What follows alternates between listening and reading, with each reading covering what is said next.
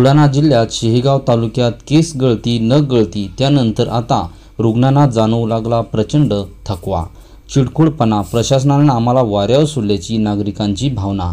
बुलढाणा जिल्ह्यातील शेहेगाव, नांदुरा, खामगाव या तालुक्यात गेल्या डिसेंबर महिन्यापासून नागरिकांना अचानक केस गळतीचा त्रास सुरू झाला होता व अनेकांना टक्कल पडले होते। त्यानंतर 2 ते 3 महिन्यानंतर याच रुग्णांची नख विद्रूप होऊन नख गळतीचे प्रमाणही वाढलं होतं। आता याच रुग्णांना थकवा व चिडखोडपणा जाणवत असल्यामुळे परिसरात चिंता वाढली आहे।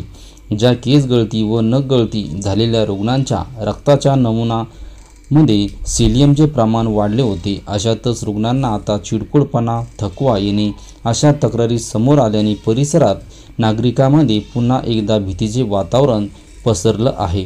केस गळतीचा प्रकार समोर आल्यानंतर देशाच्या सर्वोच्च संशोधन संस्थांच्या पथकाने अर्थात ICMRच्या पथकाने या भागाचा दौरा करून अनेक नमुनेही तपासणीसाठी घेतले होते।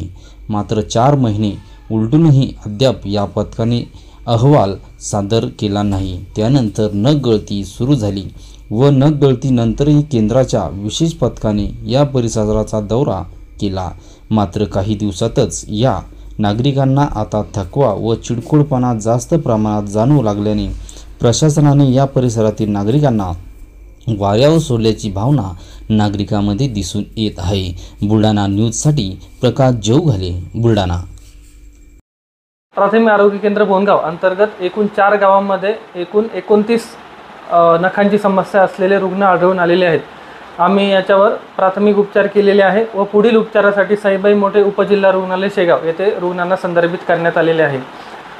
सेलेनियमचे वाढते प्रमाण याच्यामुळे ही समस्या असू शकते, हा आमचा प्राथमिक अंदाज आहे।